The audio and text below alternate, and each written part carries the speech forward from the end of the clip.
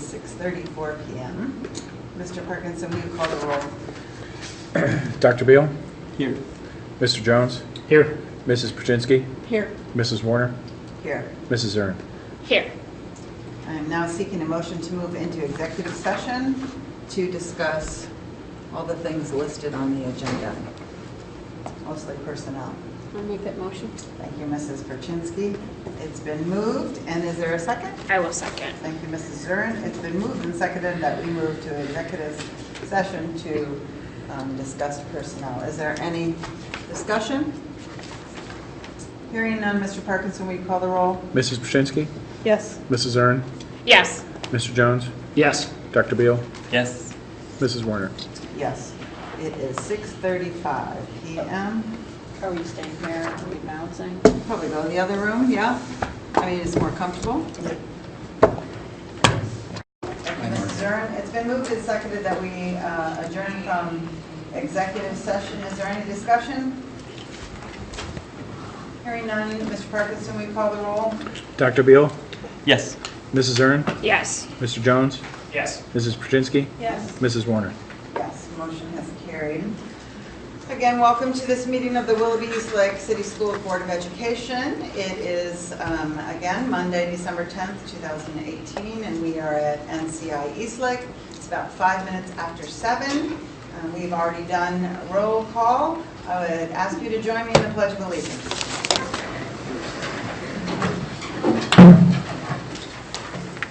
I Pledge allegiance to the flag of the United States of America and to the republic for which it stands, one nation, under God, indivisible, with liberty and justice for all.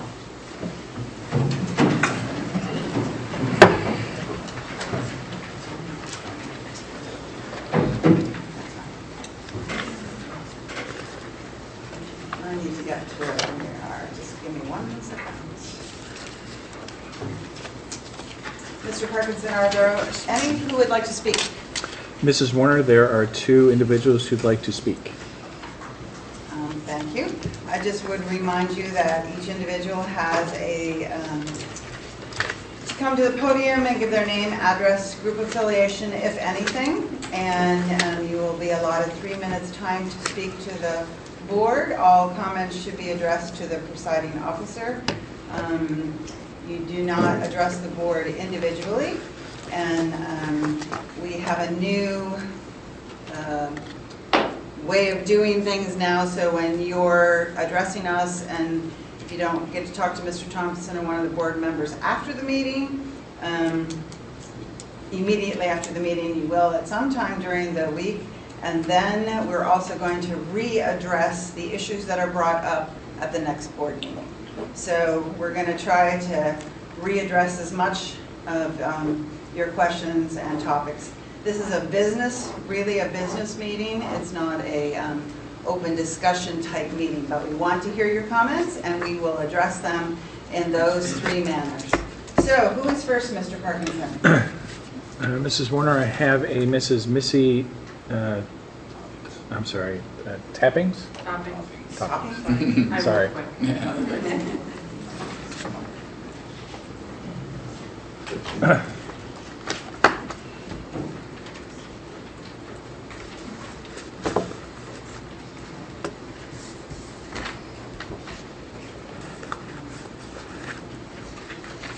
Good evening.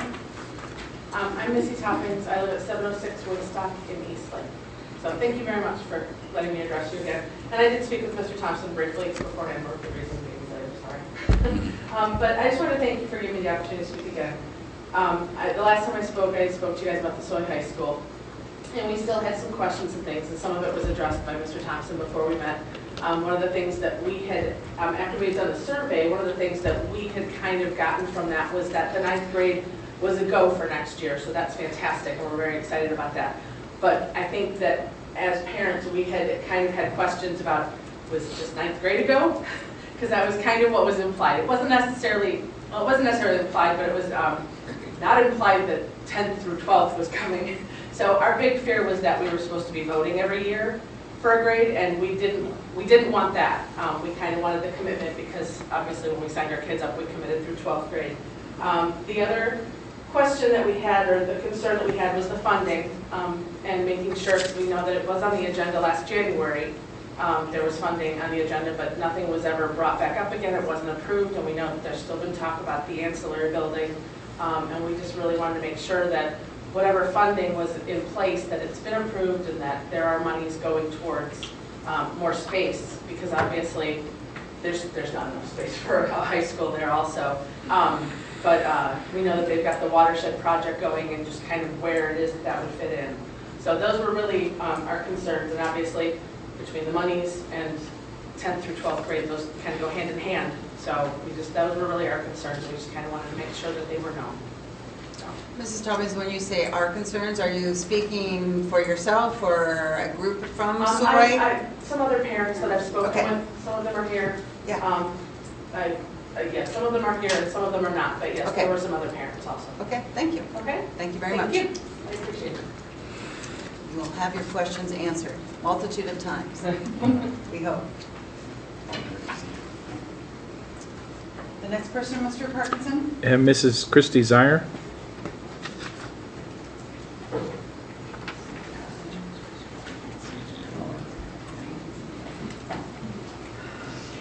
Good evening. My name is Christy Zier. I live at 36120 Reeves Road, East Lake, Ohio.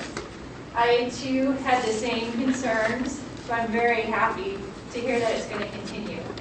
Currently at Soy, as you know, there were 55 students that attended youth and government. We have 5 students, or 5 teams of students who are going to be attending the University of Akron First Legally competition. They're doing wonderful, amazing things. We have one team who has now 3 professional businesses that are helping them, sponsoring them. I think there should be a way to maybe recognize those businesses as a way of thank you. And again, just wanted to kind of give you an idea of what these students are doing, and so we definitely need to continue it. An exhibition hall would be wonderful, because again, when you have all of the students in the one room, which I forget the name of what we call that one, town hall, or the horseshoe. If you have all of the students presenting at one time, you cannot hear them, and that's such a disservice to those students, because all of them should be able to be heard. So again, I would just really hope that it continues, that we get that new building built, so that all of the grades can benefit from that. Camden mentioned when it's there, can have it, their presentation to the parents, with it being at Soy, that kind of was taken away. So again, but thank you. Thank you, Mrs. Zier? Zier. Zier, thank you, sorry. Is there anyone else who would like to speak, Mr. Thompson? Or Mr. Parkinson? Sorry. No, Mrs. Warner. Thank you. We now move to Mr. Thompson doing an introduction. Great. Kind of interesting segue, isn't it, Mr. Patrick? I'm second, but I can go first if you want me to. Oh, well, Break it up a little. On ours, you're number 1. on ours, you're number 1. But since we are definitely going to put beauty before age, and we're going to let Mrs. Ritt go first. Camille is the director of our Willoughby Eastlake Preschool, and it looks like you brought 1 or 2 friends with you. I don't know, maybe 1 or 2 friends with you. And zero pressure. We have one of the top-rated, as I think you all are aware, one of the top-rated preschools, really throughout the state of Ohio. Miss Ritt and her staff are outstanding, and they won't tell you that because they're humble, but they really are a really dedicated group. And it is by far, when you visit the buildings, I think the most fun building beyond, but no measure to go visit. So and I couldn't resist with some of those fun pictures and fun pictures. I do hope to enjoy that tonight. So, as Mr. Thompson said, I am Camille Ritz, and I am a special education supervisor in the district, but I also serve as the director of the Willoughby Eastlake Preschool program. I want to thank the members of the board as well as the community for allowing me to come tonight and to speak to you about our program. Again, as Mr. Thompson indicated, we at the Willoughby Eastlake Preschool have been awarded a A 5-star rating is the highest quality rating that early childhood program can receive from the state of Ohio. Some of the factors that are taken into account when giving this quality rating are highly trained teachers, the development of school readiness skills, a commitment to continuous improvement, and a focus on family engagement. The Willoughby Eastlake Preschool is one of 13 out of 120 in Lake County that has been awarded a 5-star rating, and we are very proud of that accomplishment. It's very hard work. So, at the Willoughby Eastlake Preschool, we strive to be an integral part of the Willoughby Eastlake School District. We have embraced the mission of improving student achievement by focusing on quality instruction, maximizing time on task, and keeping not only our students, but also our families first. We believe that even the smallest person can change the course of the future. Some of the ways that we provide quality instruction at the preschool are by implementing a research-based comprehensive curriculum that is not only aligned with the early learning and development standards, but also with our district assessment as well as the state assessment. We analyze our students' assessment results on an ongoing basis. We use those results to adjust, and refine our instructional strategies and our decisions, and we are constantly evaluating our students' progress. Two of the areas that we focus a lot on are literacy skills as well as the social emotional development of our preschool students. We believe that we are tasked with improving the academic skills, but also in teaching the soft skills that make a student successful when they go on to kindergarten. Some pictures here, of course, that we have to include.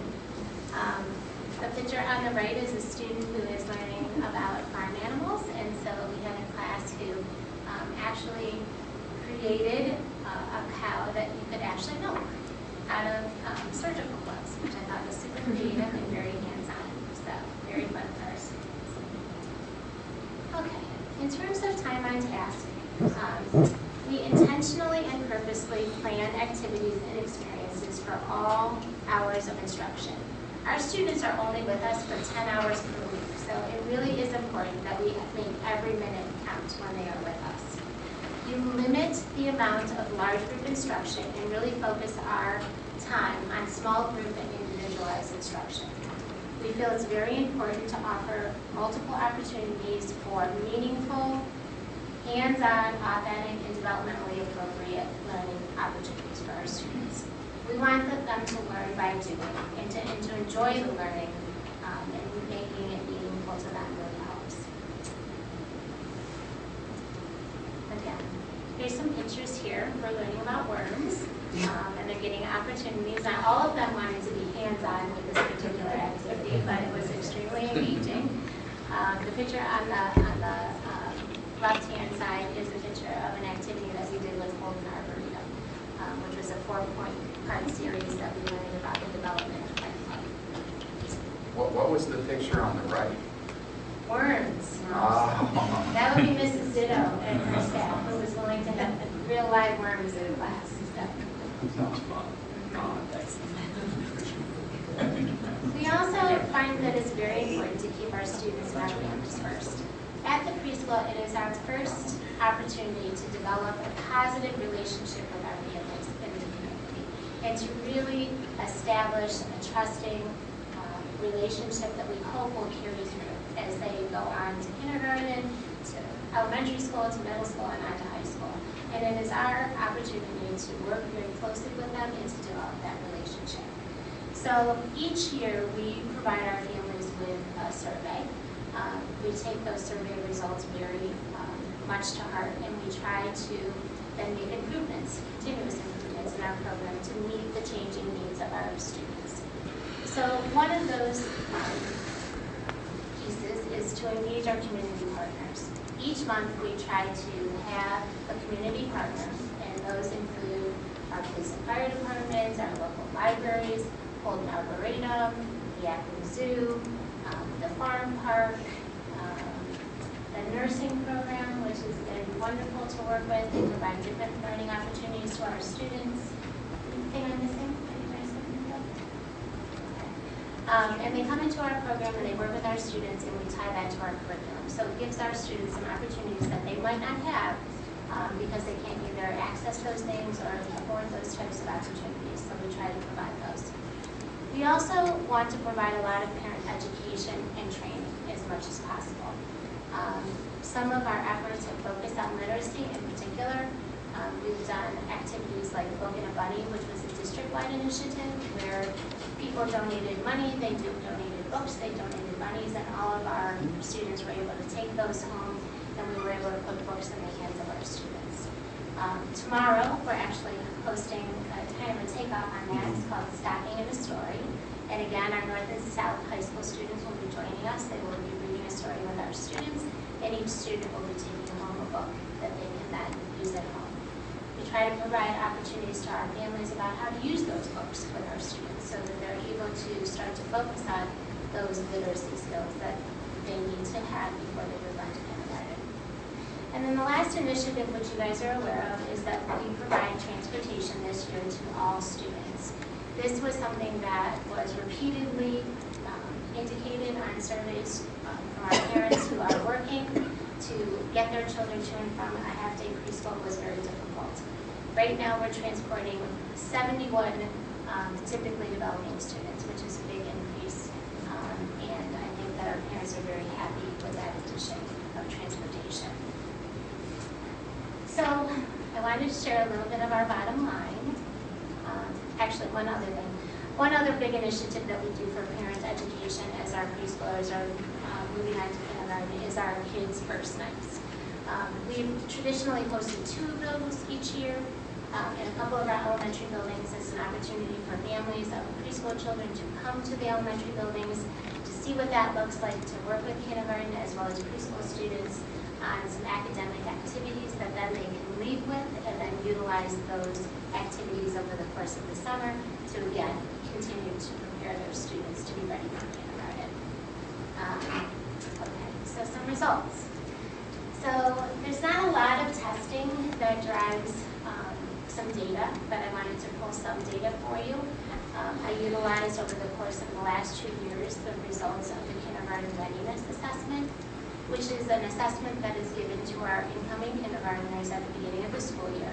And they're determined to either be on track or ready to attend kindergarten or not on track.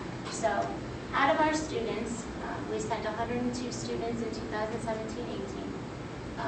And then this school year, we sent 111 students out of kindergarten. 75% of those students were judged to be on track for kindergarten, which I think is a really impressive number. But I think the bigger piece of that is that a large percent of the students who leave our program are students who have been identified as having a disability. And those students, as well as our typically developing students, are coming to kindergarten being on track. We also decreased the number of special education students, and I know this can vary from year to year, and I only have 2 years of data. But 60% of our students in 2017, 18, and this past year, only 49% went on with IEPs or with special education needs. So that's a little bit of our data to show that we are really trying to make an effort to improve student achievement. That's an I hope you understand the depth of that statistic. That's an absolutely startling statistic to look at kids that have been they're identified before they come here. And they come here and the number varies there a little bit between 49 and 60% based on the school year, but that's a significant number of kids that were identified that are no longer going into kindergarten without that disability. And we know that if kids aren't on track by 3rd grade in many indicators, reading levels, et cetera, the chances of their success become dramatically decreased if they're not on target by 3rd grade. In fact, alarmingly, that's the statistics the federal government uses to look at to determine where to build future prisons, is based on 3rd grade reading levels, because they know that if they're behind and third grade, chances are they'll only continue to get further behind, and as a result become areas that are more likely to be crime-infested areas versus non-crime infested areas. So having a preschool that's on the mark like that is incredible. So thank you so much for your time. I really appreciate it. Do you have any questions for me tonight that I can answer? I just want to be in your classroom. You're so calm, your voice, isn't it wonderful? Golly. And Mrs. New Year, who was on the board before, I think her grandchild came to your program, and she could not say enough. I mean, you guys do a great job. Thank you very much for the kids. And we enjoy it. It's a fun place to come. And feel Obviously. free to come at any time. It's my happy place. For sure. That's great. Do you have a question? Yeah, so how many hours a week do you have with students? 10 hours of instruction. Okay. Direct contact. It's broken over 4 days in the morning and 5 days in the afternoon. But that's not the staff, because they get a set in the morning and they get a different set of kids in the afternoon. So they have more than 10 hours of contact with kids. Hey, all of my 3 children went to the Willoughby East Lake Preschool, and it was the best choice in our community. They were ready to learn, they were ready to go to school, and they loved it. I couldn't hear any more great stuff about preschool. That I wanted to actually travel along with them to see what was going on, and there would be like the zoo there that day. I'm like, hey, what's coming? Can I stop by? But one thing that Miss Ritt actually talked about is transportation for all children. I'm a working mom, and I had to struggle to figure out how my little preschooler was going to go to preschool back and forth every day. And the home daycare provider that she was using was excellent, but she could no longer transport back and forth because she had too many children. So I had to pay another individual to transport my daughter back and forth. And so that would have just been a great blessing in the time that I had my children enrolled. It would have made such a big difference. So. And it has increased enrollment. I tried to pull some information about that as well. So we're up about 20%. Our increase really came from the morning classes. Oftentimes when a child is enrolled in a preschool program, they don't often change that from one year to the next. But our new 3-year-olds, we've seen a significant increase in our enrollments, and I do attribute that to transportation. And I do forecast that will increase again for next year when those young ones move to the afternoon and we have new students who are enrolling in the morning session. Thank you. Thank you.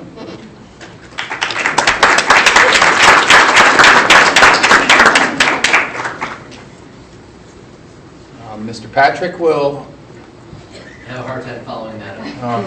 There are no pictures. Oh my gosh. One drawing. Brian does a fantastic job leading SOI, which is probably one of the most unique endeavors in terms of very often we're asking kids to explore and do things they haven't done before. In many ways we're asking staff to explore and do things they haven't done before. I think the results have been very positive. One of 3 schools in the state of Ohio that's gotten straight A's 3 years in a row, which is a pretty amazing statistic. And one might say, well, that's because that's where you concentrate your gifted students. And while that is partially true, it's not fully true. Statistically, our non-special ed student, or our non-gifted students, along with our special ed students that are mixed in that student population, are significantly outscoring their peers across the district as well. So, and I'm sorry. I'm going to go ahead and turn that over to Brian Patrick. Actually, there's only a little bit of data that we're going to share at the end. So Okay. You're right, don't worry. Good evening to the board. Thanks for having me tonight. At any time, if you have a question, please interrupt. Most children in class do, so teachers are used to that, and they get me all day long. So, the district's goal is to improve student achievement, and every school in our district does that through putting students first, making sure that we have quality instruction happening in our classrooms and that our children are on task, and staff is on task. But some of the extra things that we do during the day as an administrative team to keep our focus are a little more wordy. They're a little bit more difficult to measure. And through the course of this year, our administrative team has come up with a focus to make sure that all of our schools are moving forward, all aligned together. That's the arrows and all the little planes, if you can't see that. All moving in a single direction. We have done a job of standard-based pacing guides. We've made sure that our benchmark assessments, which are new this year, are aligned to those pacing guides. We are introducing instructional strategies. If not introducing them as being new, we're making sure that we're revisiting those and measuring those. And then we have classroom walkthroughs that we've done years in the past, but we found a new way to measure and look at that data and be able to share that data with staff and with administrative teams, because we talk about the strategies that we see our best teachers are utilizing. We trade that information among each other to make sure that we can pass that along to staff. So those are the 4 things I'm going to speak about tonight, and then talk a little bit about data at the end. Standards-based pacing guides are something that we've had in the district for years. They were recently updated as standards have changed to make sure that all of our teachers know what to teach, know when to teach it, and make sure that they're all running in the same direction, simply because it's a guide. The state tells us the standards that we need to teach. And the School of Innovation is no different than any other school. If you're a 4th grader in any school in our district, there are standards that Ohio expects you to learn. Teachers are expected to teach those. We made sure that this year the concentration was on AIR grades, so that's grades 3 through 8 in high school grades, for subjects that are tested. And we want to make sure it's consistent simply because we want to make sure that every child has a chance to succeed. We're implementing this and monitoring it at the administrative level through our walkthroughs because we want to make sure that we can improve student achievement, which is going to see as something that we go through in every one of these slides. One of the ways that we're measuring that our students are making progress with those pacing guides is through our new benchmark assessments. These are new this year, and they were created by the staff in the curriculum department. They're common assessments. Every child in the 5th grade takes a first quarter common assessment. It's the same test based on the same standards across the district. And they match the rigor of the AIR test that the state of Ohio has us take every spring. And they're given on the Illuminate online platform. Teachers now have this platform not only to give these tests, but to give different kinds of formative assessments and tests and quizzes that they're teaching at any time, and they get instantaneous data back. Depending on how they set those questions up, they can literally give a 5-question quiz, have the children do it, get instant data as to where to go next with their instruction. Half the class gets it, half the class doesn't. Maybe we break it into 2 groups. 95% of the children get it, 3 children don't. Maybe that's a quick small group pull for a little bit of additional instruction. If most kids are getting it, we're probably not going to hang on it for too long. So this is a great way to use technology to get that data to us rather quickly. We want to make sure that we can analyze this data, so when these quarterly assessments are taken, the administrative team looks at data, the teachers look at data, we can look at where there might be some holes, where we might be lacking some focus. Maybe it's a bad question. Maybe the teacher has to say to themselves, 34% of my children got this wrong or got this right, I may need to go back and inspire this into something else. So it's a better way for us to judge ourselves as professionals to make sure that our school and our children are improving like we say they are. Instructional strategies is a third way to make sure that our teachers are instructing properly and that our students are getting quality instruction. Research-based strategies that we've been covering for the last few years, typically with teachers on our PD days. When parents think that teachers are, sleeping in, we're actually working. Especially in January, it's always nice. So we've got a few of them listed here that are research-based strategies that we know give us the biggest bang for our buck when it comes to teaching children. And most people might think that non-linguistic representation is a really amazing way to simply say that we're making pictures and drawings and graphs. So the fancy EduSpeak is really making sure that children have a graphic way to represent what they're learning. And on the left is just a simple chart that children can use to break up similarities and differences. And on the right is just a student-created drawing of something they learned about seasons. But doing this, having a visual representation, an oral representation, being able to write, use a computer, or use a Chromebook, hits all the different modalities of children in their learning. So we want to make sure we get to all those areas. Our PD has been focused on that for the last few years with our instructional strategies for our administrators and then also for our teachers. And then what really brings it all together after that is our walkthroughs. So each administrator in the district walks through on a regular basis, records information that we're looking for based on what we see in classes. So administrators are looking for teachers that are following the pacing guide, using standards in the state of Ohio in the grade level they're supposed to be. So if you love the Revolutionary War, and you've got an awesome lesson on it, and it's not a standard in 6th grade, you probably shouldn't be teaching it. The instructional strategies to make sure that we're covering research-based ways to help children, and then student engagement, which in SOI is not an issue. And then, of course, making sure that we have rigor and depth in our knowledge. I'm going to come back to that on a slide in a minute, because saying rigor and depth of knowledge and moving forward wouldn't give it justice. It's probably the most important thing in this presentation.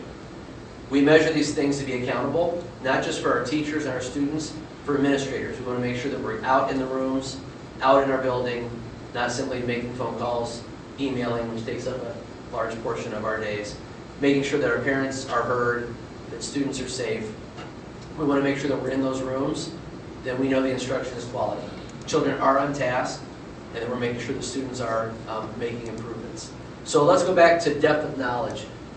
A teacher in a good lesson using an instructional strategy such as non-linguistic representation or just summarizing similarities and differences, most people do that on a regular basis in their thought process.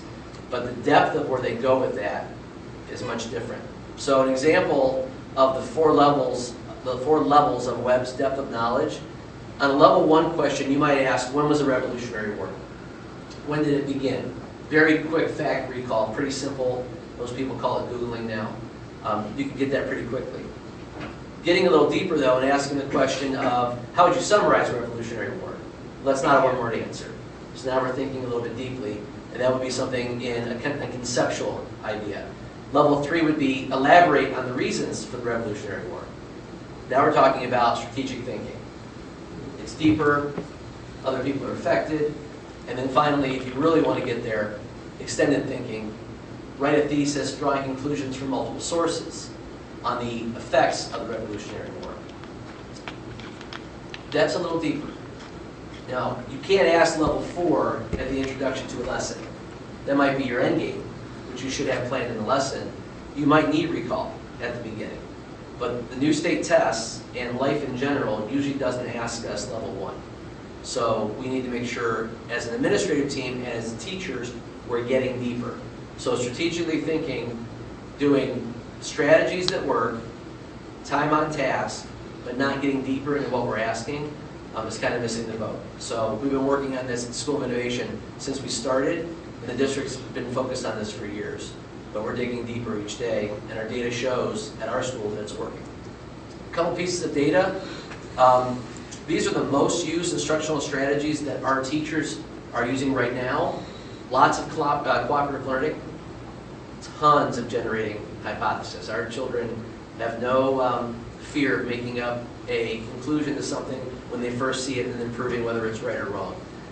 Drawings, charts, graphs are the cornerstone of what we do, and then setting objectives and providing feedback. Our teachers at our school are excellent at looking at data, judging how children are doing, giving them instant feedback on how they did it, and then working to improve from there. Our engagements, 98% of the time when I've been in the classroom, our students have been engaged. Now, that looks different in certain schools. Child on a Chromebook with their head buried in a screen is not engagement. What they're doing and how they're using it as a tool, not a toy, that's engaging. And then in the 60 or so walkthroughs that I've done this year in the 3rd through 8th grade level, 73% of the time that I've judged that our teachers are working with the students at a 2nd, 3rd, or 4th grade depth of knowledge. 2nd, 3rd, or 4th level depth of knowledge. So we know that our teachers are asking and our children are producing deeper understanding, deeper rigor than just recall of information that they can probably get just by opening up a passage or going on Google. This system was created by really Chuck Murphy and Patrick McKinney built it, and it took us to a different level in terms of our walkthroughs, at least from my perspective and Cabinet's perspective, Gina's perspective, of being able to look at, well, how many walkthroughs has Brian done? What has he seen? What's he reporting versus other principals? How many instructional strategies do we see being taught at Soy versus taught at Grant or South High School or anywhere else? So while we've used data, all schools have used data forever, effectively using data is a whole different conversation. And so this is what Patrick and Chuck put together has really made it. And I think you find it easy to use on the end user, is that correct, from a principal's perspective? As opposed to what we did in the past? Yeah. I mean, I'm glad you gave Mr. Murphy and Mr. McKinney credit, because until this year, that spreadsheet, it was wickedly unusable. We can now look across buildings and talk to one another about what we're doing and really start digging into what strategies are teachers using effectively, sharing that among our buildings. Because, you know, even though my teachers might use a strategy effectively, if someone's doing it in a better way, I want to beg, borrow, because I want it for my kids. Because ultimately, I just want to make my kids get the best education they can. Both my own, which go to the district, and the ones I have in my school. So just a little bit of data from the last year when it came to our ODE AIR achievement test. We have had 2 years of data now. Is this third year? Yeah. With grades 3 through 7. We don't have 8th grade up here because they weren't in our building last year. So looking at that data, I mean 80s and 90%, in some cases 100% of our children in a certain grade at a certain level are passing. And that's not just proficient, as you're going to see in a moment, achieving at an advanced or accelerated level. And those numbers are children that are proficient or above. But when you look a little bit deeper at how the state judges and gives us our index score, and I don't know how many of you are familiar, I don't want to take too much time on a graph or on a chart, but I do want to explain this. Out of the 100% of the children in our building at the School of Innovation, these are on tested subjects of math and ELA in all grades, and then science in 5th and in 8th, including some high school courses where our students are taking high school courses right now as early as 7th grade at the School of Innovation. They look at the amount of percentage of students that get to levels 1 through 5 on the test. So level 1 is limited, level 2 is basic, 3 is proficient, 4 is accelerated, and 5 is advanced. Proficient's the goal, making sure that all of our children are proficient. If you look at the percentages, if you look at these percentages here, there's a multiplier. So this multiplier is what they multiply the percentage by to give us an index score, which is out of 120 points. And you can see a child that gets proficient, their multiplier is 1. If they get accelerated, which is usually 20 to 30 points above a 700 score, they give us a 1.1 and then a 1.2. And advanced plus is children that are accelerated as far as their grade level is concerned. Typically they're taking a test that is above the grade level they're in. So some of the students in the 4th grade at the School of Innovation take 5th grade math. So when they take the 5th grade math content, we test them on the 5th grade math test. And they get an advanced multiplier if children do that. You can also see what happens if a child ranks basic or limited. They don't go down 1/10, they drop us 0.4 or 0.7 tenths. So the state has a little added bonus for our children that don't do well. They stick us a little bit more. This year, past data, our index was a 113.5. Last year was about a 110.4, something around 0.4. But at a 110, which is still a pretty nice number, that ranks us with the straight A award as being one of only 3 schools in the state that received the straight A award last year. We've received it the last 2 years in a row, and we had A's across the board in those measurable areas. We're a smaller school, so we don't have all the measurements in place yet. We're not a high school, so we don't have all the measurements in place yet. But so far, we've done outstanding with growth and achievement. So these scores are achievement scores. Growth's a little bit different, but we are doing very well in the growth department as well. And we're very proud of how the children and staff work together, doing a very new concept still, even in year 4. Children kind of go with it. Staff, we work on it really hard. It's hard to change the habits of adults, but we obviously are doing something right because the data is showing it. So that's the way that our district administrative team is focusing to make sure that our overarching goal of improving student achievement is happening. The 3 areas on the top are what we're working on in PD and in classrooms, and then the better use of our walkthroughs to look at data has really put us, I think, in a position to succeed. That was a lot. Questions? Thank you, Brian. Appreciate it. You're welcome. Thank you.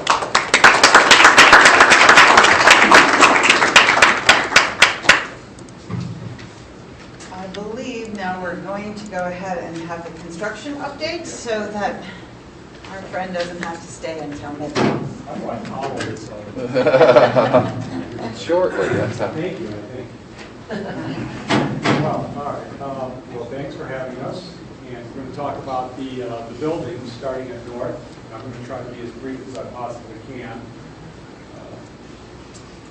If we break the building up into several areas, there are 2 academic areas: the STEM wing, which is on the north side of the building, north wing of the building; the humanities wing, area A, which is on the south; the center, student dining, performance art, gathering center; then the auditorium, stage, gym, music areas, and phys ed on the other side of the gym, the locker room. So in terms of the academic area, we're getting ready to pour the slab on deck. That'll be the last major concrete pour on this job site inside the building.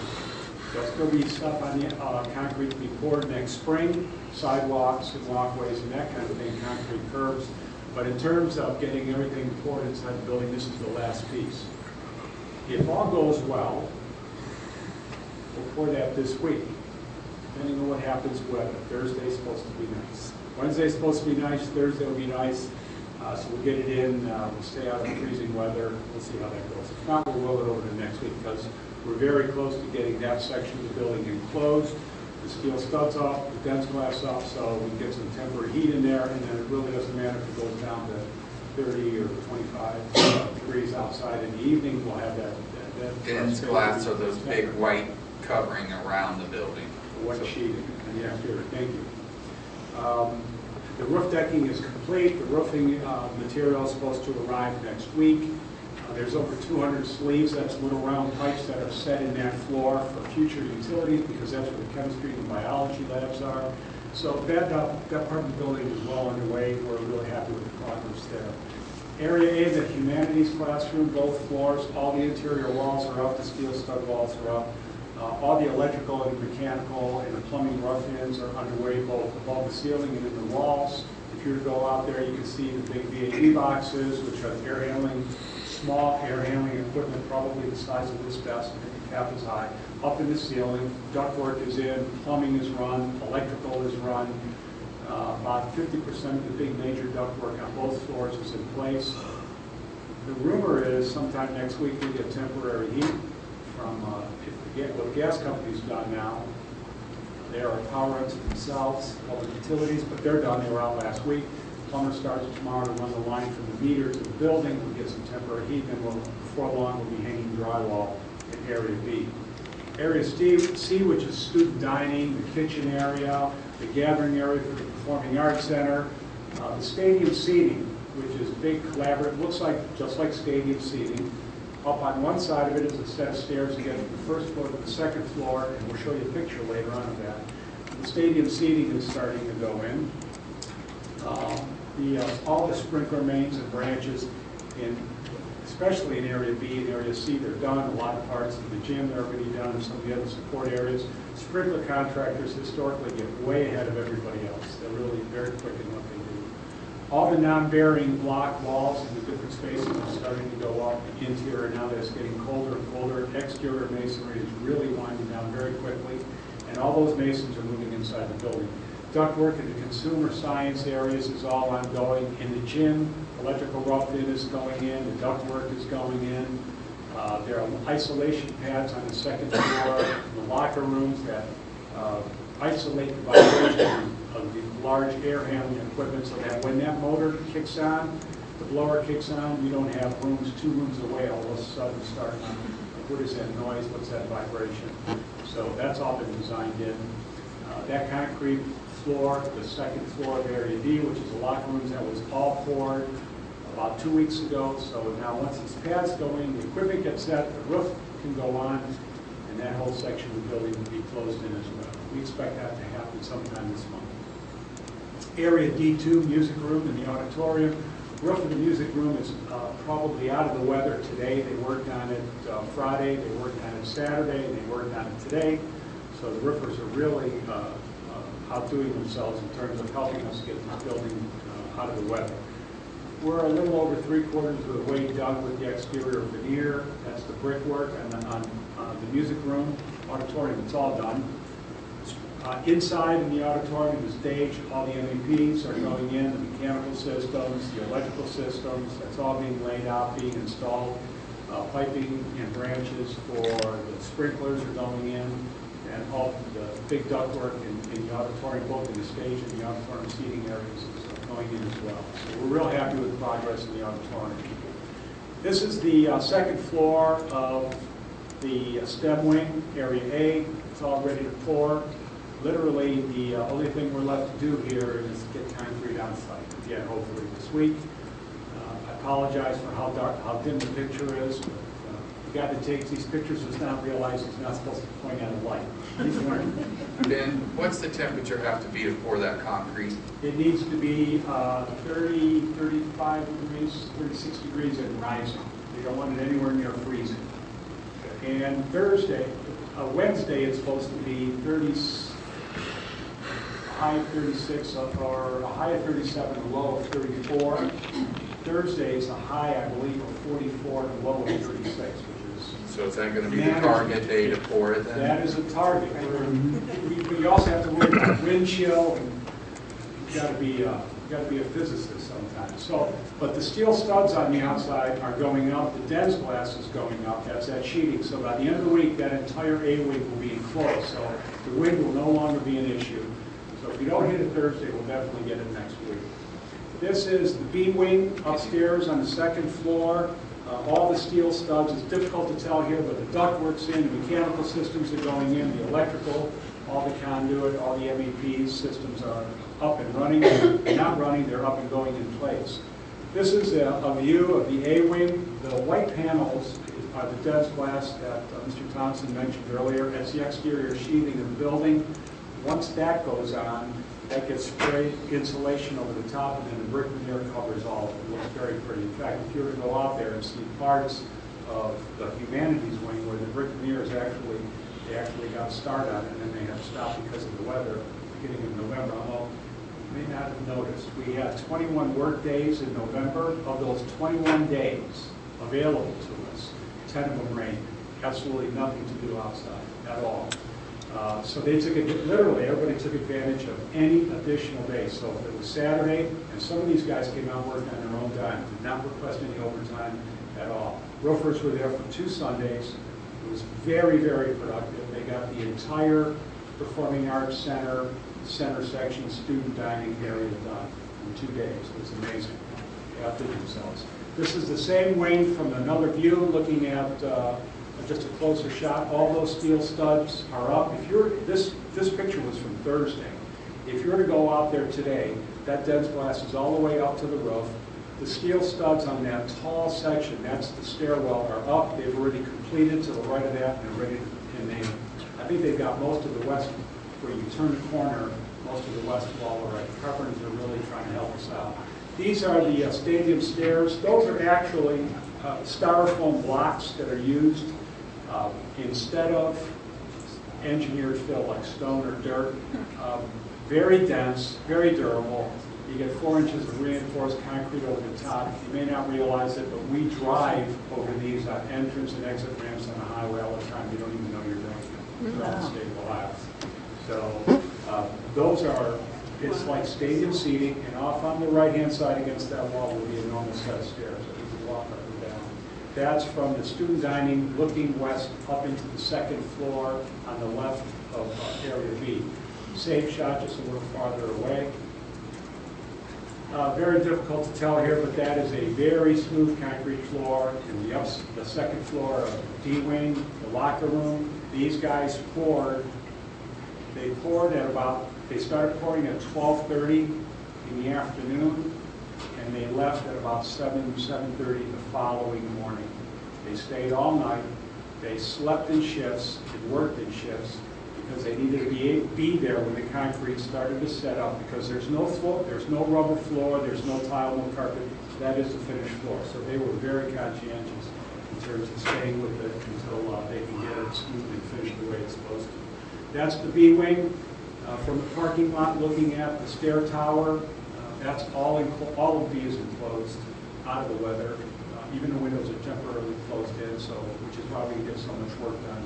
That'll probably be, depending on what happens with either the first or second area, that'll get temporary heat, and then drywall will begin in there. All the insulation on a lot of this building is on the inside, so it's all sprayed on inside the studs. Very difficult to see here, but all the insulation's on the inside and a lot of the building, very dense and very effective. Longfellow Elementary School, a lot farther along, smaller building, we got a little earlier start on the framing and on the interior. Area A, grades K1, ceiling grid is installed, all the casework, countertops, the sinks started to get installed and hooked up this morning. Flooring is supposed to start, floor prep started in that entire area today. If you were to walk out there in 2 weeks, you would look at it, with the exception of the tile that are not in and the doors that are not in, you can say you're ready for school here. The finishes are that far along. Area B, the gym, some of the smaller special needs classrooms, and the admin area, the music. Drywall finishing is done. They started to prime and paint last week. Casework is already on site. It started to go in. The mechanical systems are up in place. They're not running yet. The plumbing's in. All those have been inspected, approved. Main service for the electrical, which is a milestone on any of these projects, was installed and inspected last week. We're just waiting for First Energy to come hook us up. Student dining, kitchen, locker rooms, all the mechanical rough-ins are underway, either completed or very close to being completed. They're starting to hang drywall in there. Just a lot of progress. I'd urge any board member certainly that wants to come out and take a look. I know a few of you have taken advantage of that. As long as you wear the right gear, please come out and take a look. You'll be happy with what you see.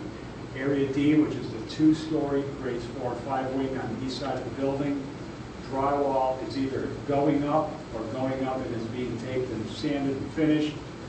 The stairs, metal stairs are already in place. They're being detailed. All the ductwork, mechanical systems, we're in really good shape there. Interior of the gym, all the basketball equipment's in place. The only equipment that's not in place yet are the volleyball standards, even though the pockets are already in the floor, and the wall pads, we want to keep those out so that they don't get dirty or damaged. But otherwise, if you were to walk in there, if you didn't care about the concrete, you could play basketball. That's all the spaghetti wire, the data. You'll be happy to see that. That's going into the main data room, which is over by the kitchen. They all know where every one of those wires, the guys that run it, they know where every one of those wires come from. Casework in the collaborative area in area A, grades K to 1. Casework's in, countertops are in. More data wire. This is in a sub-data room where the racks and the ladders are already set in place and they're starting to string all their wire. If you were to go out there in about a month and a half, 2 months tops, all that will be cleaned up, organized neat. The switches will be in there. They'll start getting their battery backups. It'll look completely different, but you'll know right away that it's a data room. Over in the grades 4, 5, this is the second floor. The drywall at the top has been in place now for about a week and a half. I believe Friday they started to hang drywall on the second floor. That's going very well. All the mechanical systems are in place. They've been inspected and approved. Started to finish the drywall on the first floor, I want to say the middle of last week. That's going very well. We're not going to have any problems. Main electrical room, all the switch gear is set. Again, we're going to be out of temporary power in a minute. It will be on permanent power as soon as First Energy shows up and makes the switch for us. Everything's been inspected by them, inspected and approved, so we're good to go. And this is in the student dining. Your back is to the serving area in the kitchen, and you're looking out towards the center. In fact, that scissor lift, if it was not there, and the spiral staircase that goes up to the second floor would be right about where that orange box is in the background. The steel studs are done. The utilities up on the ceiling, some of those are already in place. They've got the rest laid out. I would say probably the next 2 weeks we'll see drywall starting to go up on those walls as well. All the plumbing in the individual restrooms. This happens to be an individual restroom on the second floor in D-Wing. That's all done. Again, insulated, inspected. This is the hallway outside the administration area. It's actually not ceiling piping being installed, that's been installed. This is ceiling piping that's being insulated. The last step before we put the grid up and get the painting underway. I'd say pretty soon we'd be seeing ceiling tiles starting to drop in there once we get the heat and environmental controls in place. It's going to be, we're in good shape. We have really no worries about Longfellow at all. Over at South, and I apologize, I'm not as familiar with South. I'm here on behalf of John. Area A, which is a 2-story classroom at the north end of the site. Envelope is in the dry. They're hanging drywall on the second floor. Dominion was out last Thursday to turn the gas on, so they got temporary heat, which is the only way they were going to start drywall, so that's underway. All those VAV boxes, so small air handling units that go in the individual classrooms, they're being hung. Curtain wall is being installed on the exterior of the building. As it goes in, if the glass is not in, they get temporary plywood or visqueen, something to keep the cold out, the elements out, so that they can continue working on the inside. Area 3-4, which is the administrative and that music area, is that curved section in the inside of, well, kind of points northeast. The interior block walls are going in. They're continuing the exterior brick veneer whenever they can, weather permitting. Some of these areas, some of these buildings lend themselves easier to winter-time masonry construction. So if you were to go by north, for instance, most of that masonry, and south, most of that masonry goes up with these long electric scaffolding. It's just a long scaffolding system that goes up and down with an electric motor. More difficult to tent in with visqueen, more expensive to do that because you've got to go up and down. It's just difficult. If you're out there with masonry frames, those big red masonry frames that all kind of go together like an erector set and then get planks, those systems, because they don't move, those systems are lend themselves much easier to be tented in and heated. So parts of that in areas 3 and 4, the administrative and music area, lend itself to that. So some of that's going to be going on. Same thing here as in the classrooms. Window frames are going in, the glass is going in where it isn't, where the frames are in and the glass is ordered or being measured. It's being temped in so that everything can be, again, keep the weather out and people inside working. The roof is dried in. Music wing is scheduled to be in the dry as soon as Area 5, which is the kitchen and mechanical space. That's the next one to be roofed. I think that's underway. When that gets done, they're going to move right back into the music room, and that'll be, and I would think in the next couple of weeks, that'll be out of the dry completely. The roof you have at South is mechanically fastened, less susceptible to changes in weather. It can be a little cooler, and you can still work. So that's, they've really benefited from that. Mechanical, electrical rough-ins are underway. We talked about the interior blocks. That's going up. Student dining. In the mechanical areas, all the exterior walls are going in. On the outside, all the block walls are done. The brick veneer is supposed to start up again tomorrow, depending on what happens, whether they can get some of those areas temped in and some temporary heat. And by temporary heat, usually it's a torpedo heater or a propane blower, just something, just enough to keep that mortar from freezing until it hydrates and it sets up. And then it doesn't matter how cold it is. Roofing is already underway, and as we said earlier, when that gets done, the roofer's going to move over to music and get that going. Curtain wall's been field measured, it's being fabricated. We expect that to start probably in the next week and a half, 2 weeks, somewhere around mid-December. Area 267, which is the big pre-engineered metal building, it's the gym with the gym and the field house, the pools. The exterior walls are about 90% complete. Those go up very quickly. They're insulated metal panels. The slab on grade, the field house, that concrete's been poured for a while now. That's done. Interior block walls continue to go up. Again, whenever it gets too cold outside, they'll move inside, and there's always a little more temperate, and they can get some stuff done. That elevated track, the running track, that steel is going up. They expect to pour that right after the beginning of the year, once that's all in place. Pool B, and you'll see a picture later of this. Pool B, that's the, I think it's the smaller pool, the leisure pool. It's been excavated, some of the exterior framing and the stainless steel liners going in. It won't be long before that'll be looking a lot more like a pool and a lot less like just an That excavated pool is area. being funded by the YMCA, just so we're all clear here, we're not building a recreation kitty. That is true. The complex at South, as you know well now, is actually made up of three components: the school, the YMCA, and Willoughby Senior Center. So there's three pots of money, three sources of funding. Everybody pays for their own thing. And any common areas are paid based on a formula of square footage that everybody's agreed to. So you're not paying for the Y swimming pool, and the senior center is not paying for your classroom furniture, etc. At the senior center, the window frames started to be installed, and again, either the glass is going in or it's being temped in, as we noticed. Drywall deliveries are supposed to start, they arrived today, and that drywall is going to be underway pretty quick. On the interior, the mechanical, electrical, plumbing is really far along. That's going to go on probably well after the drywall's done and the connections up above the ceilings are made. That's a lot of information in a little bit of time. But south, this is on the second floor looking northeast into the collaborative area, the classroom. And again, this looks a lot different today if you were to go out here in this picture. This is the main corridor, that curved wall of the administrative area. On the right-hand side, it's already drywalled. On the left-hand side, it's all still exposed, but you can see the insulation.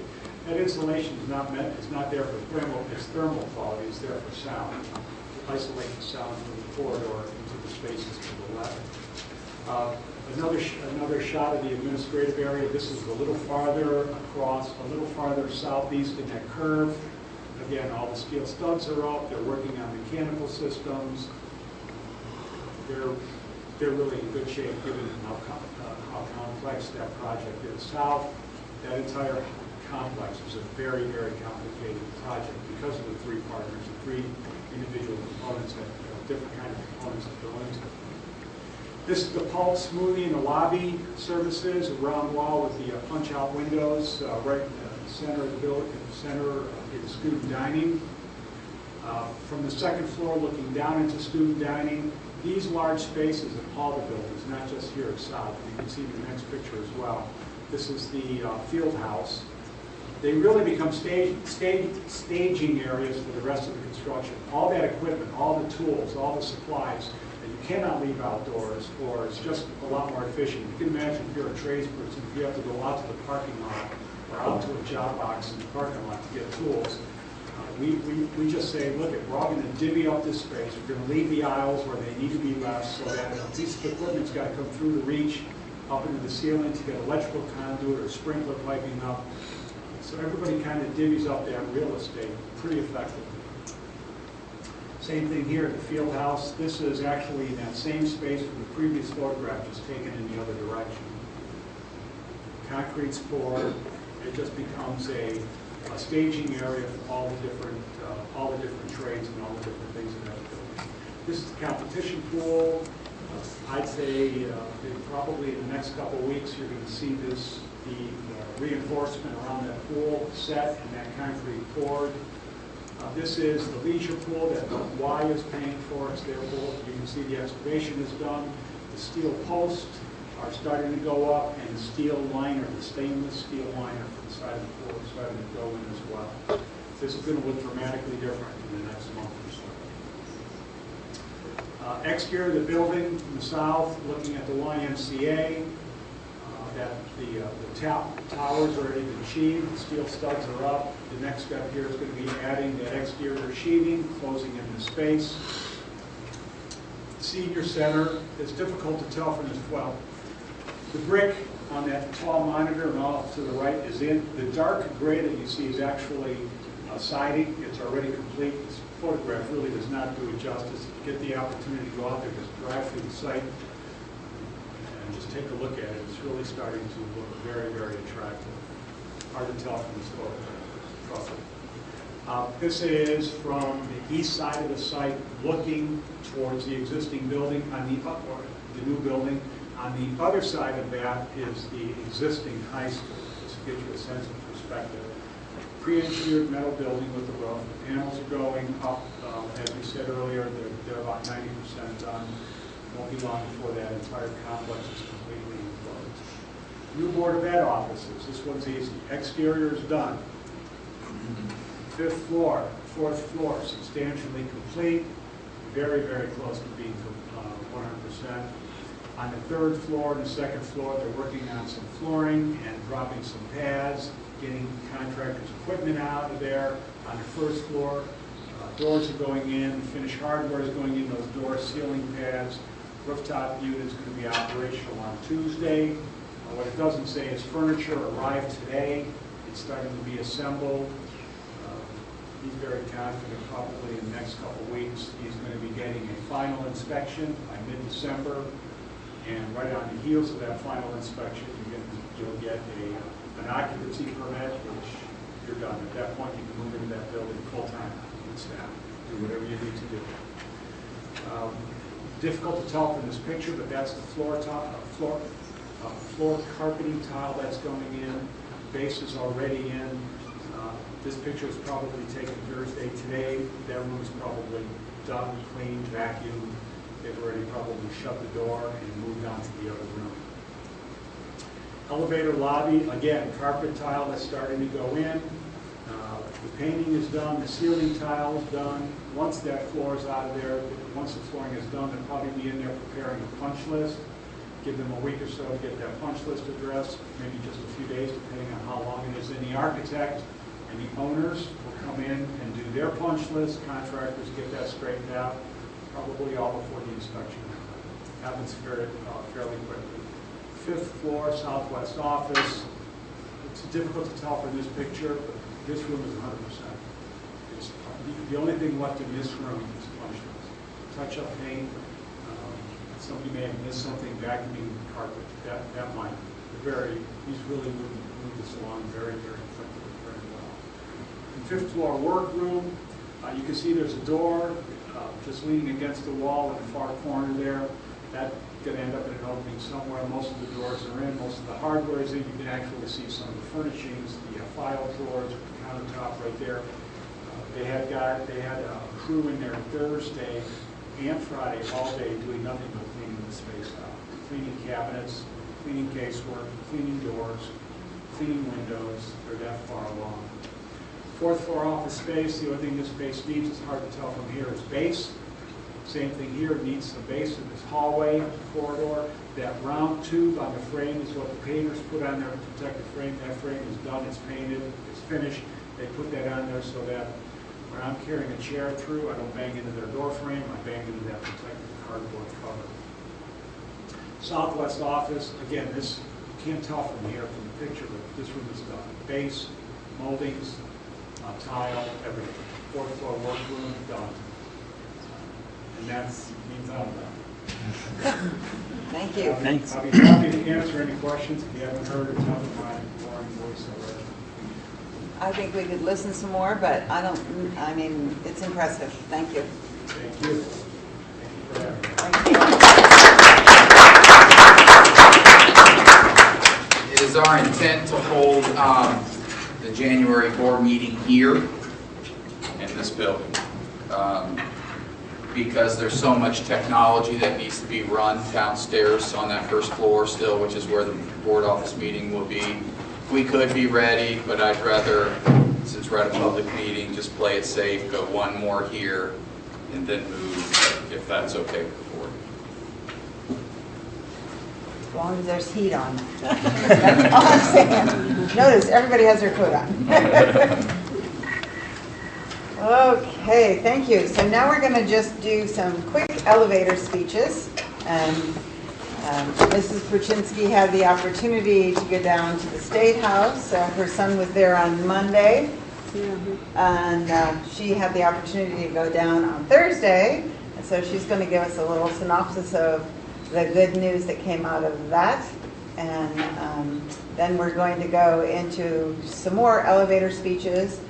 3 of our board members attended the Capitol Conference in Columbus, Ohio, which is the Ohio School Boards Association conference where you can network with people and learn things that other districts are doing too. So both Mrs. Pruczynski, Dr. Beal, and Mrs. Zurn will give you their elevator speeches on what they learned and saw and enjoyed at that conference too. So, Mr. Thompson, could you go back up those stairs and turn on the light? Mr. Thompson is walking around because he had back surgery. Oh, thank you. And he can't sit still very well. Not that that's unusual.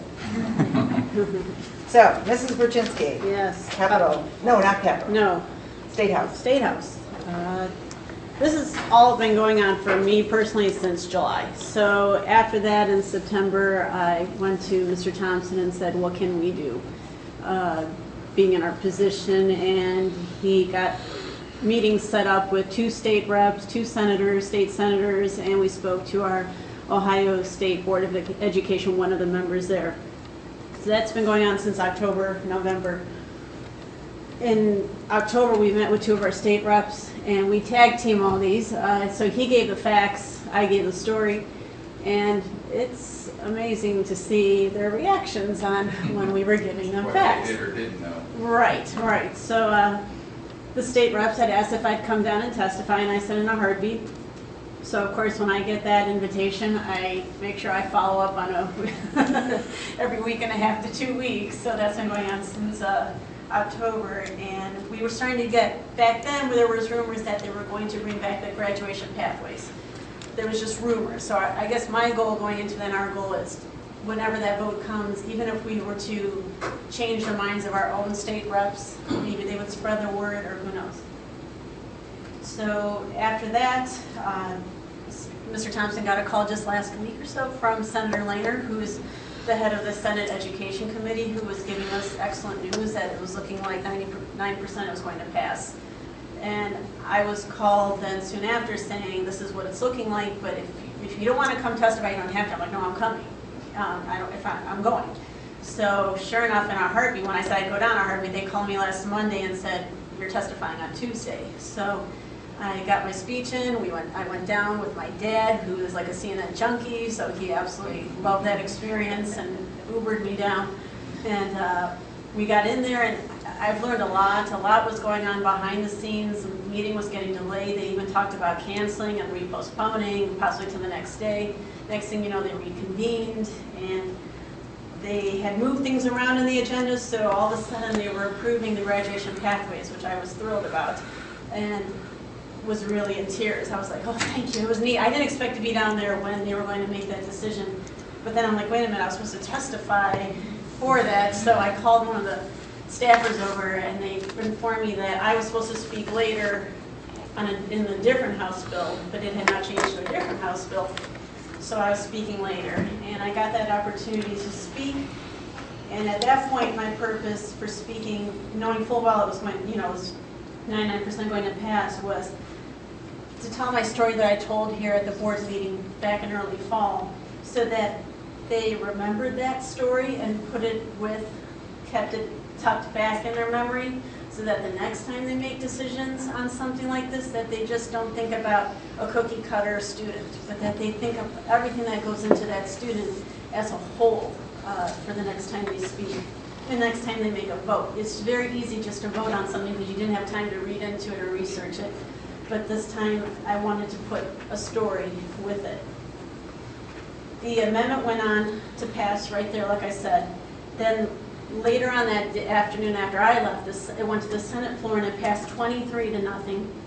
And then later, the next day, in the morning, it passed in front of the House 92-1. So we didn't get to that one, but that's okay, it's okay, it's okay. We could have just talked to her. Just that one. But I am very, very grateful for my board and my superintendent and backing me, because technically as a board, I'm just one of 5. I don't speak, but this time I had the backing of my board because of how not it just personally affected me, but as a district. Because of not passing this, there were I think I read 50,000 seniors who were in danger in the state of Ohio for not graduating. And also, if you want to see the speech, I'm not trying to be arrogant here, but if you want to see the speech, it's on ohiosenate.gov. The bill passed at 13 minutes. I didn't talk till 55 minutes, so you can imagine how nervous I was by the time they came. But I've learned a lot in this entire process, and I'm grateful I had that chance. And that morning, I even emailed my son's teacher at Soy, because they had the opportunity to go to the youth government 2 weeks prior, where they had a mock government, where my son didn't tell me, but he actually then told me right before leaving that he had passed a bill on graduation requirements. But he actually spoke on the Senate floor amongst other students, so he was very proud of that. So I wanted the teacher to know there was a chance that it might be going live. And if he had the chance to watch, that's great. If not, it's okay. But I've come to find out later that the whole class, his class, got to watch it. And when they found out his sister was the reason for the story, they all said, "We're so sorry." And then when I gave a shout out, because the teachers had given my kids a solid foundation, they were like, "Hey, you got, your mom mentioned you." But in the end, they all applauded. And I think that was a perfect ending to wrap up that wonderful youth camp they went to, so they could see it in action right there and then. And I didn't expect that to all happen. But thank you, I'm grateful. Just keep in mind as parents to always be, people think that we've made those decisions. It's coming from way higher. So I have learned I have to be more into it and to understand. And so it's so wonderful that Rena's child will now graduate, and all the seniors in our district will now graduate, and all the seniors in the state will now graduate. So don't ever think you can't help make a change, because you can. And it's really great what Steve did, getting the connections for Rena, and Rena wanting to tell her story. And it's good for all students, and that's what we're about. So now, Mrs. Perchinsky, we'd like to talk about Capital Conference. Yes, I attended quite a few classes very quickly. One of them was on navigating social media today, how we put a lot of trust into our children with social media. And sometimes, for just an example, the instructor had given was sometimes 5th and 6th graders are asked to open a LinkedIn account so that teachers can teach about how to do resumes, but they're not ready. They're just not ready, and there's chances they could be trolled. Teachers have to watch how they post, because 45% of teens are on social media. And also as a district we have to watch, because they say there are pages you'll find on social media where you'll find CAVES, which stands for Citizens Against Virtually Everything. So those are things we have to watch for even as a district. And it's always better to meet in person and to discuss. They talked about essential policies in 2019, and one of them again was bullying and harassment, how every 7 minutes a girl or boy is being bullied. Talked about us publicize. We have a policy for harassment bullying, but it should be publicized more. And to look more into the person who is doing the bullying, because there could be more to their story. For example, they can't read, so because they can't see, and it turns into other types of aggression. And also they talked about a 186 Speak Up hotline, national hotline for students to safely and anonymously report weapon threats to their school.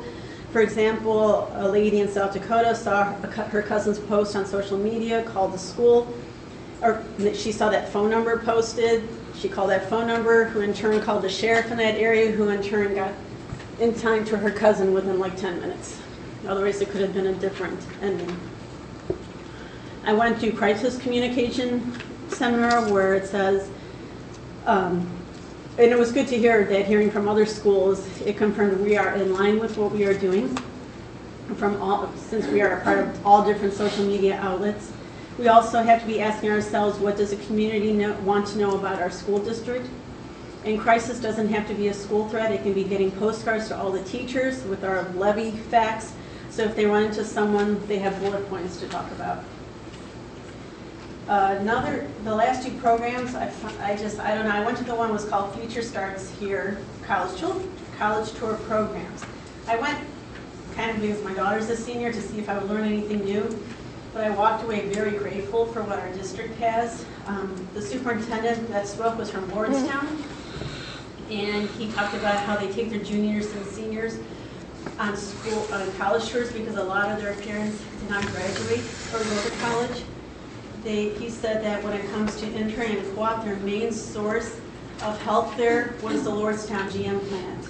And of course, since I've been there, that plant is closing, which broke my heart when I heard that.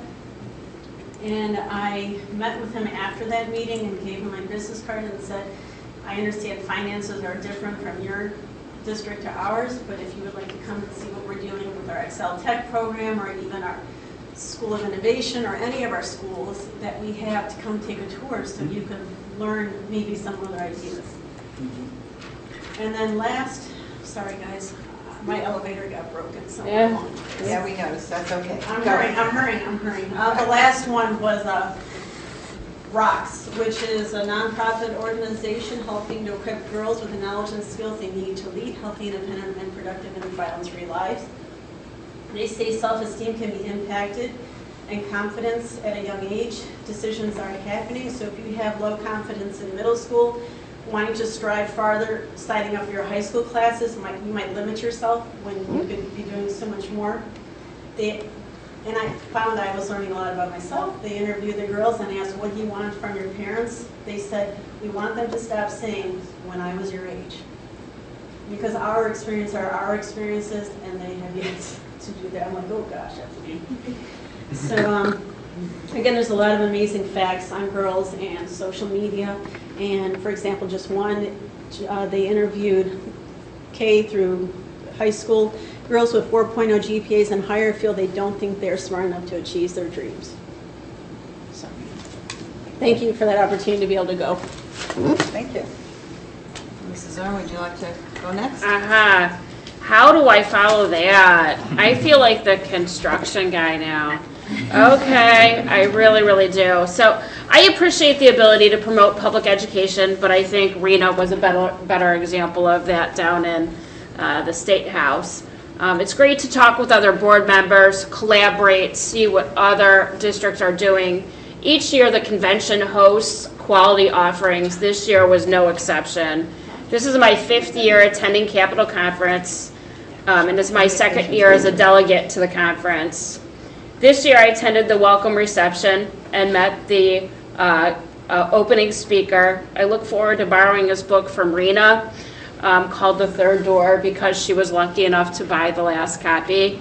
It looks like an interesting thing to read. That evening wrapped up with going to a dinner with our construction vendor, AGS. And it was interesting to talk to the other local school boards that are actually building constructions schools. Some of them have had to consolidate many schools into schools where their kids can't really walk to. So it's quite a blessing that we still, in our local community, have a sense of neighborhood schools and look like neighborhoods. Because in some of these communities, they consolidated. And in some of these entities, school, they're already over budget, which I was happy with our strategy of under budget, on time. Monday was a great day. I attended bullying in 4D. That was very educational about secret bullying apps, like ways that you could monitor your child's phone, but there's these stealth apps that allow bullying to still be going on, even though you as the parent don't see that in the app. And the board's liability in the bullying cases. Also attended making good decisions about bad behavior. I was focused on students, effective leaders, the top 10 qualities. I attended part of the opiate and heroin epidemic and answers to uncomfortable questions. On the last day of the conference, I attended Hope for Student Motivation, And one of my favorite seminars that I attended was Active Bodies, Active Minds. It was in the Van Wert city, and they are a community that has a higher population of free and reduced lunch. And they built in a lot of programming into their school, and it's actually improved student achievement. And the enthusiasm shown by the whole crew that was I was jazzed up just going to the breakout session, but they had activities such as the 100-mile club that was for running, walking club, they did a fun run, they did something called Road Runners, they had a jump roping competition, and their jump ropers actually went in front of some sports teams and did jump roping there. Nothing I could do. They did a family get moving night, and they used a district volunteer in the parent population with the district icon or logo or whatever to make little short clips about nutritional videos that they could show the kids, and about calories, about sugar content, about drinking water versus drinking soda. And professionally as a drug and alcohol counselor, attending the breakout sessions with drug testing are near and dear to my heart, because that's professionally what I do on a daily basis. I, more than anybody else on this board, understands how alcohol or drugs take somebody off their task in life. And some of my clients, their early drug use started at 6, 7, and 8. I see it all the time, and they're now stuck. Some of them are still stuck there. But an ounce of prevention is worth a pound of a cure. And I think it's our duty to put students first. I know drug testing, of course, students is a controversial topic, but some students can't get jobs in the local community because they can't pass drug screens. So it was a great conference. I look forward to next year's offerings. Thank you, Mrs. Zern. Dr. Beal. I went down to the Capitol Conference also, but this was my first experience there. So I really went to learn how to be a better board member and how the board can help increase student achievement. And I really did learn a lot. One of the first sessions I went to was called Let's Get Real About Good Governance, and it talked about how responsible boards utilize all their policies and protocols to manage a plan, and both a budget and a strategic plan. So that was really interesting. There's a second session also about strategic planning that tells us how it helps the board keep track of our progress and keep priorities where they should be, gives us a common vision, and that in the highest achieving districts, everyone knows how their work relates to the goals of the strategic plan. So when Ms. Ritten and Mr. Patrick talked about what our plans were, and they could both talk about it all night. So that was great to see. I went to a session about board policies that shows that most of our policies begin with Ohio Revised Code and Ohio laws. And one of the questions they asked is, does your district use an update service? And I'm certainly very, very happy that we do, because the amount of work that would be involved in trying to keep up with all the changes in laws, I think, would just be overwhelming. Went to a session about conflict resolution for board members, which was a really fun role-playing exercise. I was in a little group that had a board member who wanted the football coach fired because the football coach had dated his wife before they met. And how do you go about trying to do that? And so that was really interesting, and we had a lot of fun there. I went to a session about retaining and returning your students, and this was a little talk about charter schools. And one of the things that they mentioned was that in our public education system in the state of Ohio, 90% of our students have the requirements to graduate from our schools. And in the charter schools across the state, it's only 45%. So that public education is really doing a great job. The last session I went to was the board's impact on student achievement, which Also really talked a lot about how effective boards use data to set goals, data to establish accountability, and data to make informed decisions. So really, when I looked at all the lectures, it kind of said that good boards use good governance, strategic planning, board policies, and conflict resolution skills to have a positive impact on student achievement. So I felt very happy that I was able to go down to Columbus. Thank you. Thank you, Dr. Beal. Good. Now, I am looking for a motion to approve the minutes of the meeting on November 19th, 2018. Is there a motion? Madam President, Mr. Jones. I motion to approve item 2A, approval of minutes of November 19th, 2018. Thank you. Is there a second? Madam President, Mrs. Zerman. I will second. Thank you. It's been moved and seconded that we approve the minutes of the meeting November 19th, 2018. Is there any discussion? Hearing none, Mr. Parkinson, will you call the roll? Mr. Jones? Yes. Mrs. Zern? Yes. Dr. Beal? Yes. Mrs. Pruczynski? Abstain. And Mrs. Warner? Yes. Motion is carried. Mr. Parkinson, whenever you're ready. Thank you, Madam President. Members of the board, the first item for your consideration is the financial report ending November 30th. Information for the report can be found in Exhibit A. Item B for your consideration are the amended appropriations for fiscal 19. That information can be found under item B. Next, certificate of estimated resources. This is for the county auditor. That information can be found under item C. Item D, which is requires a separate vote, is a revised 5-year forecast. This is with respect to the letter we received from ODE.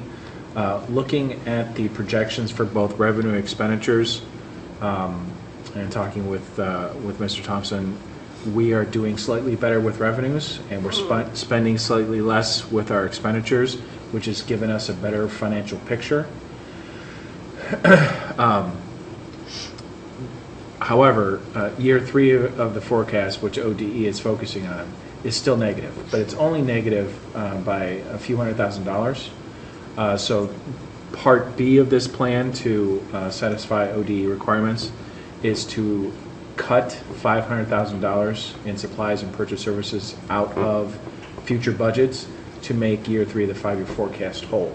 And when I say whole, I'm saying slightly negative by $100,000, which in the scheme of things might as well be zero. But it is positive. That being said, it technically satisfies the requirement that ODE has sent me via letter, but I don't know if ODE is going to want to see more. I'm not sure. Again, it is positive, but they never specified how positive does it need to be. Not to be ridiculous, they're not saying, hey, you need to have a $5 million balance. This basically said you need to come up with a way to resolve the negative balance, which we're doing through better collections, less spending, and future budget reductions. Upon the approval of this 5-year forecast, I will send this to ODE along with a response to their letter, and I'll keep the board posted should they respond in any way. One thing to keep in mind, especially for people out here, I think the board gets it, but $500,000 sounds like a lot, but on the scheme of a $140 million budget, not that we're not taking it seriously, right, but percentage-wise, we're talking about a very narrow gap to close. But I will say, you know, when we passed our last levy for new money in 2012, if you recall, we said we would be back on the ballot. We were projecting then 7-8 years ago that we would hit that need in 2019, 2020, somewhere around in there. So I would propose you'll get some information out from Pam seeking a work session. I'd like to schedule a work session in January to make sure we're all on the same page from the financial perspective. We are looking for a motion to approve item 3D, 5-year forecast revised. Is there a motion? Madam President, Mr. Jones. I motion to approve item 3D, 5-year forecast revised. Thank you, Mr. Jones. Is there a second? I will second that. Thank you, Mrs. Perchinsky. It's been moved and seconded that we approve item 3D, 5-year forecast revised. Is there any discussion? The only thing I would say is ODE is the Ohio Department of Education. Oh, yes, And sorry. also, I would say that it has nothing, absolutely nothing to do with the buildings that we're building. No, This is zero. operational. This is an operational issue. Operation. It is a legal requirement that construction money and operational money be completely separated and never shall be intermingled. So pass that around when discussion starts. Shall never. It is absolutely illegal to transfer money, mingle money. It's Are you illegal. sure about yes. that? I want to make it perfectly crystal clear. I don't want any Banner for misunderstanding. It is illegal. Right. There's still rumors floating around. I just want to make sure. Not in this district. No. That we're spending too much money on the building. Yeah, also, right. Okay. One has Hearing nothing to do with the other. discussion, is there any more discussion? Mr. Parkinson, will you call the roll? Mr. Jones? Yes. Mrs. Perchinsky? Yes. Mrs. Uren? Yes. Dr. Beal? Yes. Mrs. Warner? Yes, motion has carried. Mr. Parkinson? Thank you, Mrs. Warner, members of the board. The next item for your consideration, which also requires a separate vote, this is with respect to the public library, the amounts and rates, since we are required to have the Board of Education not only approve renewals or new levies that the library seeks, but we also are required for your consideration to put the amounts and rates for the new calendar year before you for the public library. This, again, nothing to do with the school district. This is strictly for the library's purposes. Thank you, Mr. Parkinson. I'm looking for a motion to approve item 3E, resolution accepting amounts and rates. Madam President, Mrs. Zern. I make the motion to approve item 3E, resolution accepting amounts and rates. Thank you, Mrs. Zern. Is there a second? I will second that. Thank you, Dr. Beal. It's been moved and seconded that we approve item 3E, resolution accepting amounts and rates. Is there any discussion? Hearing none, Mr. Parkinson, will you call the roll? Mrs. Uren? Yes. Dr. Beal? Yes. Mr. Jones? Yes. Mrs. Perchinsky? Yes. Mrs. Warner? Yes, motion is carried. Mr. Parkinson?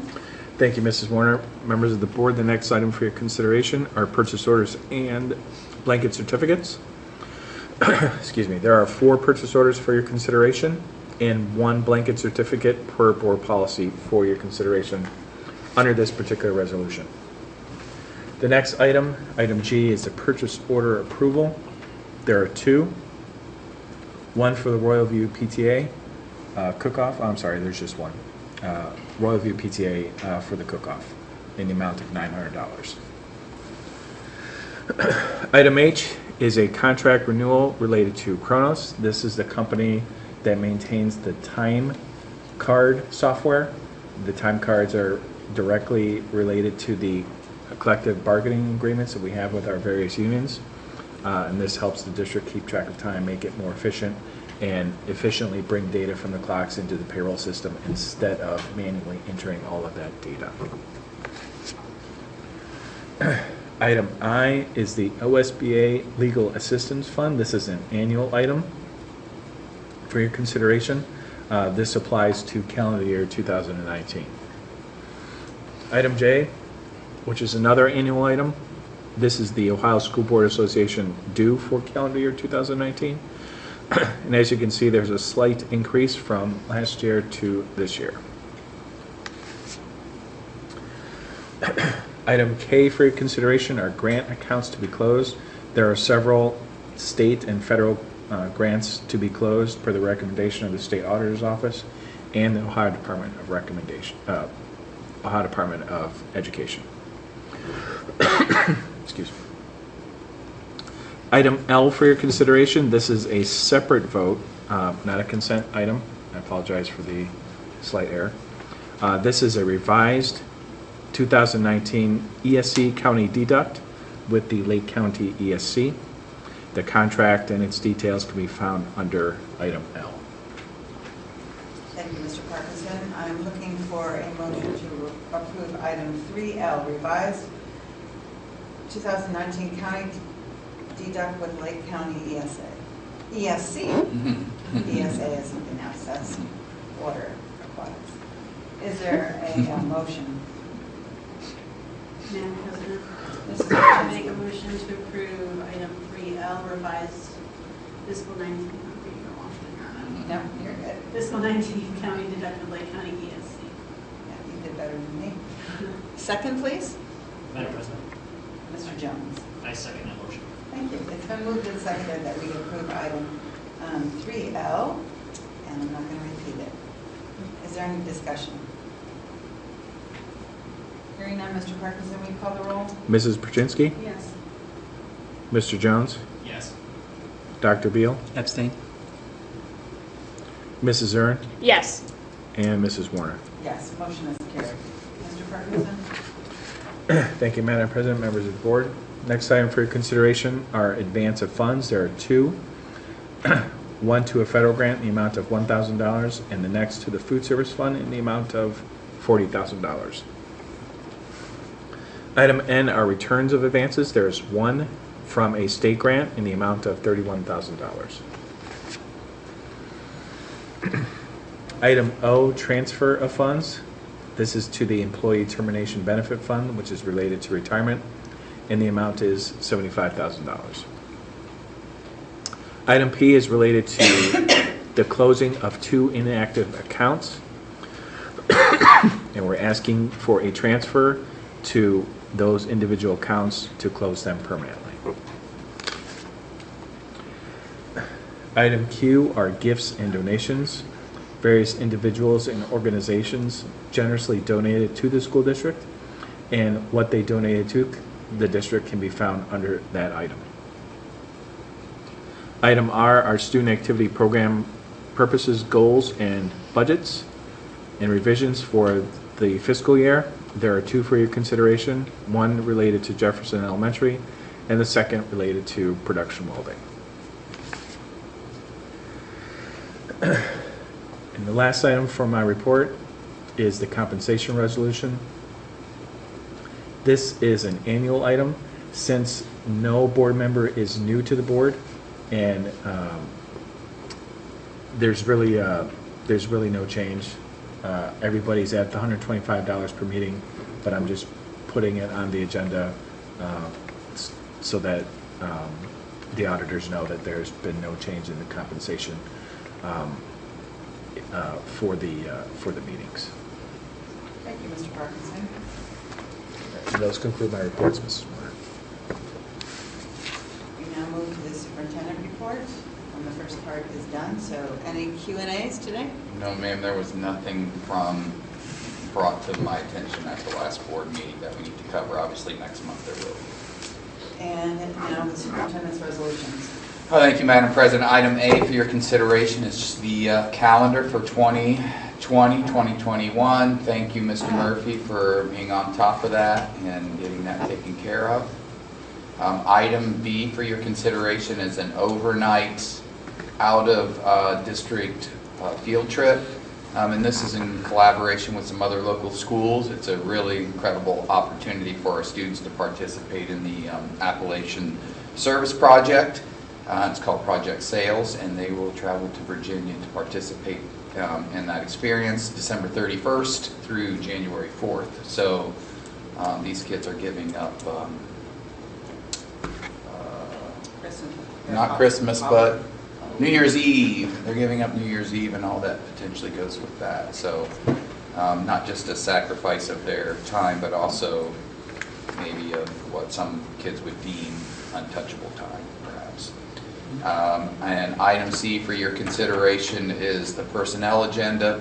Again, those lists of those folks' names are available before board meetings, post board meetings, and they are contingent upon receiving satisfactory records reports. Thank you, Mr. Thompson. The next regular meeting of this Board of Education is scheduled for Monday, January 14th, 2019, right here at... Yeah,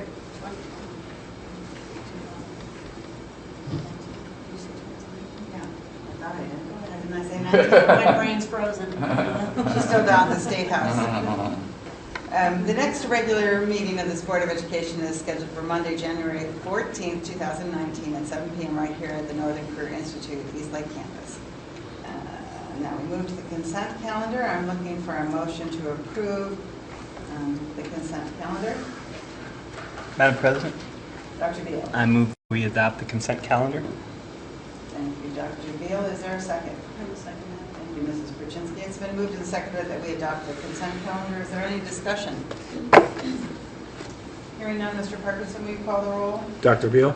Yes. Mrs. Brzezinski? Yes. Mr. Jones? Yes. Mrs. Aaron? Yes. Mrs. Warner? Yes. The motion has carried.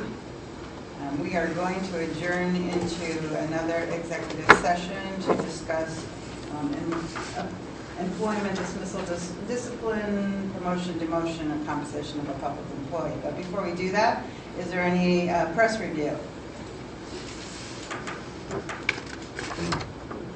I heard there was a new person here. Welcome. Welcome.